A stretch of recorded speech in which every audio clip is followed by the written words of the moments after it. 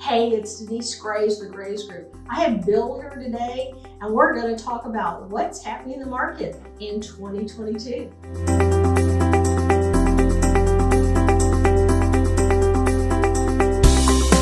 Well, it is an awfully cold day in San Antonio today, but you know what? San Antonio is one of the hottest markets in the United States. Wow. Our friends at Zillow, we do have friends at Zillow, they have determined that for 2022, the hot cities are Tampa, Jacksonville, both in Florida, and Raleigh, and what's the other big town in Durham? Charlotte. Charlotte. Both North Carolina. I'm using my geographic expertise here.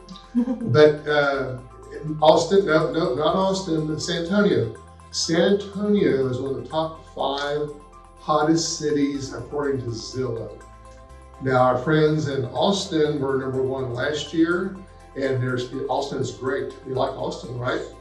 But they're number 10. So San Antonio is, we know it already, but now it's official because Zillow says, one of the hottest markets in all of San Antonio in Texas, in the country. So San Antonio's number 5, Austin's number 10, and then we've got a couple cities in Florida that are good, and a couple cities in North Carolina. I wonder if it could be that those other cities that aren't in Texas are hot because they have a state income tax, so they make their property taxes a little lower. Well, they just said that because we know that Texas doesn't have a state income tax. We have high real estate taxes, but you weigh out the state income tax versus real estate taxes, and I'm good with what Texas is doing.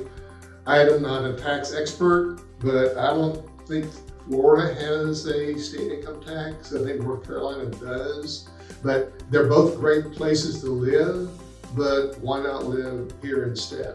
I think it's probably, I would think it's more weather, amenities, because a lot of these cities we're looking at and people are moving to for either work or retirement.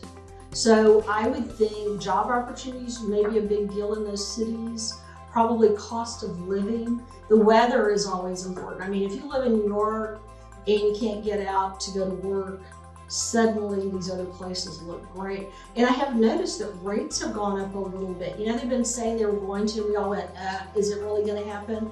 Well, the news is saying it's done, and I think we're up like, what, half a percent. We're like 3 1/4 right now, and we were down to 2.6 or 2.75. So what does that mean to us? It means it's time to sell your house, because as the rates go up, it does take buyers out of the market.